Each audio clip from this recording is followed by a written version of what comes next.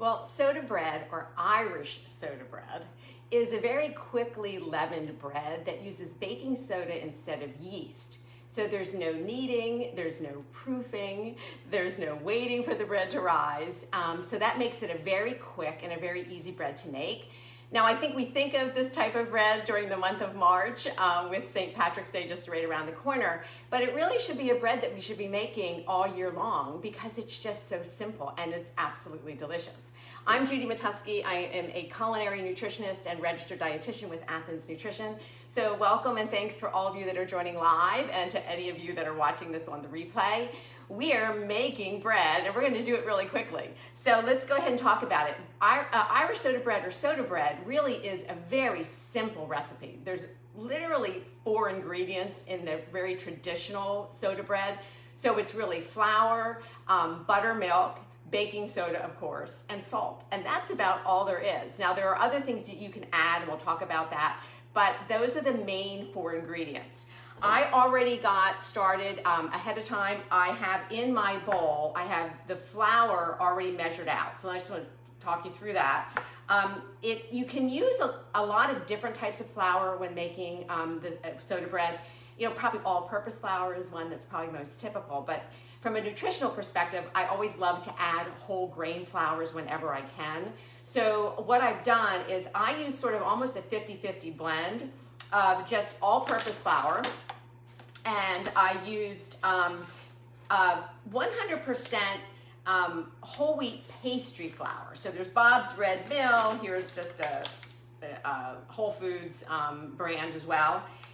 Whole wheat pastry flour is just a little lighter. It's great to use in baked goods. And because we're not really trying to engage the gluten in this type of a bread, we want it to be a little softer texture, the whole wheat pastry flour can work really well. Another alternative would be 100% white whole wheat flour, which is a little bit lighter in flavor and sort of in texture compared to whole wheat bread. So that would work really well, that would work as well. What I typically do is I do a 50-50 blend of the all-purpose flour and the whole wheat flour. I just feel like that, for me, provides a little bit of a better texture and a little bit of better flavor. You could do 100% whole grain.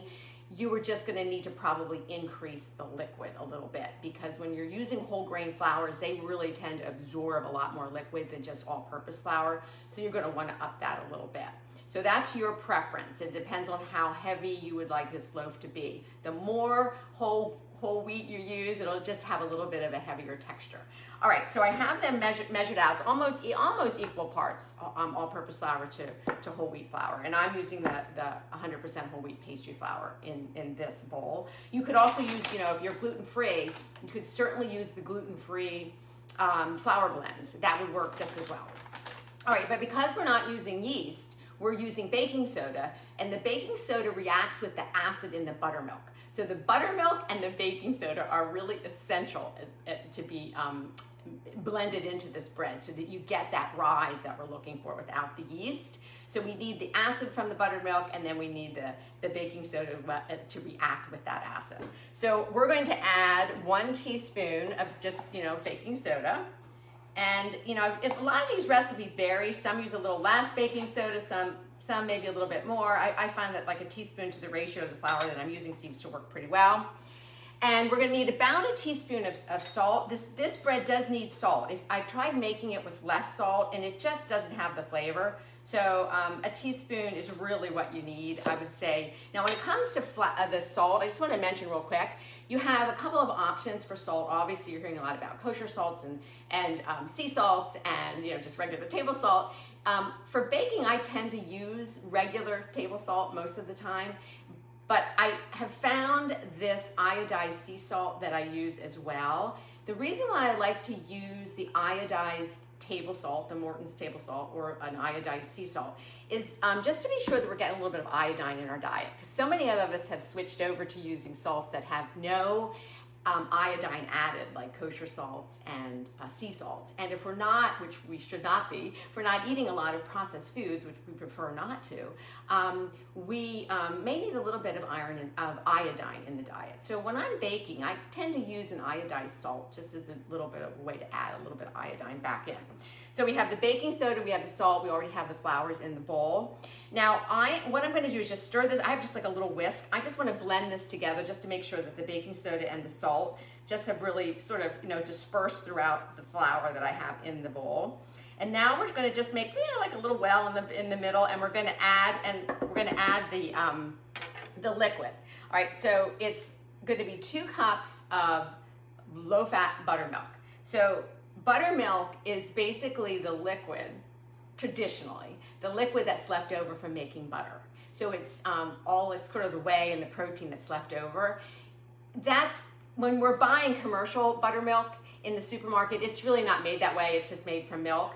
So most buttermilk is naturally low fat, so it will be made from low fat milk, but just double check, because there are some whole milk buttermilks out there, and that's preferably not the type of buttermilk that we really want to be using. So look for low fat, most of them are, and that's what we're adding in. This is going to add the acidity that we need to react with the buttermilk. So this is going to take 2 cups of buttermilk. There's 1.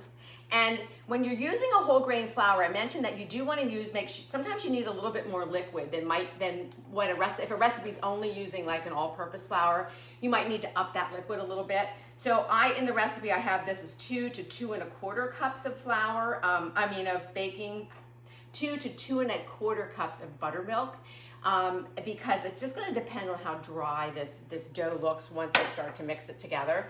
So we'll look at that. Now, I am going to add 2 tablespoons of melted butter. This is a little optional. It's not really traditional in a soda bread, but you can enrich the dough in many different ways. So you might see it with currants added or caraway seeds. You can add a little butter or a little oil. I just find like 2 tablespoons of butter just really adds a nice sort of rich flavor to it, and with it's still keeping the health profile really good. But you can certainly not add the butter if that's preferred.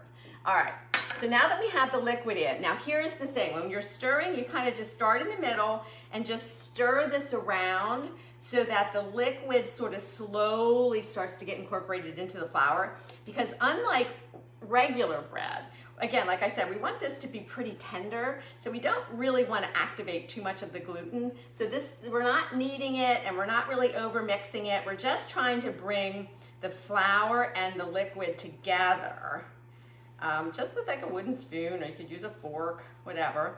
And here's where, you kind of have to eyeball, because depending on how much the whole wheat or the whole grain flour that you're using absorbs the liquid of the buttermilk, you may need to add a little bit more if it looks like it's just not coming together and it seems like it's a little bit dry. I think this actually looks pretty good. I think the 2 cups will probably do it. Because what we're trying to create here, we're trying to get a dough that is soft, and it will probably be a little bit sticky as well. All right, so I don't think I'm going to add the extra 1/4 cup. Let me just sit this off to the side real quick. Now, all we're going to do is just flour your surface, your counter, or if you have a wooden cutting board, just a little bit. And I'm just going to turn this out. Whoops, there it goes.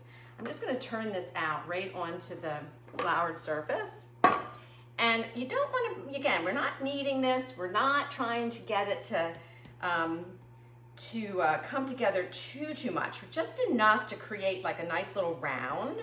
And if you need to flour your hands a little bit, because it should be a little bit sticky, in my opinion. Some say just a soft dough. I find that when I'm using whole wheat flour, I do want it to be a little bit sticky, because I think you get a little bit of a moister crumb and a little bit better texture than if it's too dry. All right, so here we're just kind of bringing it together. It's a little craggly on the surface. We got a lot of crevices that are formed, and that's perfectly fine. Now, once you have it in a little bit of a round, we're just gonna pick it up and just move it right over to a parchment-lined baking sheet. And then let me just clear this off so I can pull this baking sheet over. And I'm just gonna rinse my hands real quick. So if ideally, like parchment lined would be the best, so that you could just spray your baking sheet if you don't have parchment paper, but it could tend to stick. So I would say if you can get some, if you want to line it, that would probably be best. All right. So we'll get rid of that extra flour. Let me just bring this over so that you can see this. All right, so here it's come together. We have a little bit of a disc, and I'm just gonna flatten it a little bit. And again, it's not perfectly even, and that's not kind of, because we're not really looking for this perfectly smooth surface. That's, the Irish soda bread tends to be, like I said, a little craggly. All right, so now the final thing that we're gonna do is we're gonna dust it with just a little bit of flour. So put some flour on top. And again, just it depends on what flour. I'm just dusting it with the all-purpose flour rather than the whole wheat flour, but you could do either one. And then you're just gonna take a really sharp knife, and here's where we're just gonna score it. So we're gonna just come across the bread, a pretty decent cut through. Not all the way through, but maybe you're going down, ½ inch to 1 inch or so, and then doing it again in the other direction. So now we have the bread with just a cross on the top, and that's going to help it to rise. I mean, that'll help when it rises. It won't split apart around the middle. It allows for that gas that as the bread bakes, there's some room for that gas to escape. And that's what these slits allow it to do. So it'll kind of puff rather than splitting sort of around the outside. All right, so there's our bread ready to go. I have a 400-degree oven set, so I'm gonna go ahead and pop it in. This takes anywhere from maybe 40 to 45 minutes to bake. What you're looking for, and I'll show you the one that I finished earlier, you really want it to just brown at the surface, and you want it to sort of tap as like that hollow sound on the bottom that you hear about when you're baking bread. So I'm going to go ahead and pop this in. Some recipes will say to set the oven at, some recipes will say to set the oven at 425, even higher, and you could certainly do that. I just want to keep an eye on it. I just do it at 400 just to be sure that I don't really want to, I don't want to burn the bread. So here's the bread that I made earlier. So this is the finished bread. You can see where I scored it. That's where, again, it starts to open. And sometimes this will be a little bit deeper, depending on how deep you cut it. You might have deeper crevices there or not. But this is the one that's finished, and I'll show you. We'll just take a little slice. Just using a serrated knife. We'll cut right through this.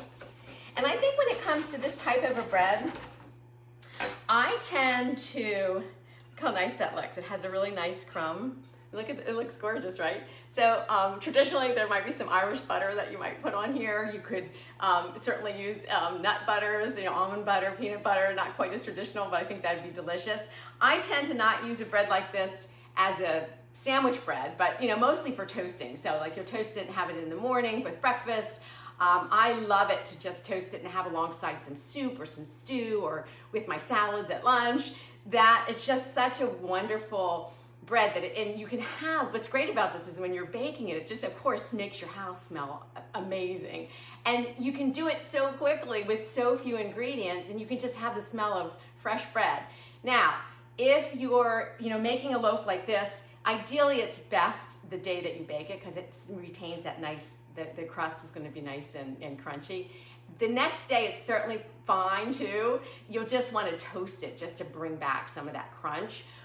Or what I did was, because I had the oven on for this second loaf, I popped this loaf back in again for about 5 minutes, and it really helped to crust to just sort of like bring the crust, that crunchy crust back again.